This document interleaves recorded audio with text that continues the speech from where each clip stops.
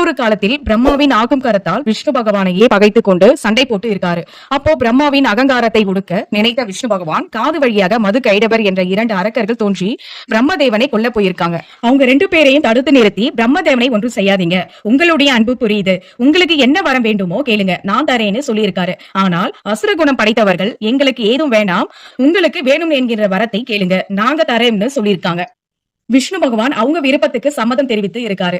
1 மாதம் யுத்தத்திற்கு பிறகு விஷ்ணு பகவான் அந்த 2 அசுரர்களையும் வீழ்த்தி இருக்காரு. விஷ்ணு பகவானோட பாதங்களில் சரணாகதி அடைந்த அசுரர்கள், உங்களுடைய பரமபத வாசலை நாங்கள் நித்திய வாசம் செய்ய வேண்டும்னு ஒரு வரத்தை கேட்கிறாங்க. மார்கழி மாதம் வளர்பிறை ஏகாதசி என்று பரமபதத்தின் வைகுண்ட வாசலை திறந்து அதன் வழியாக அசுரர்களை உள்ளே அனுமதிச்சிட்டாராம்.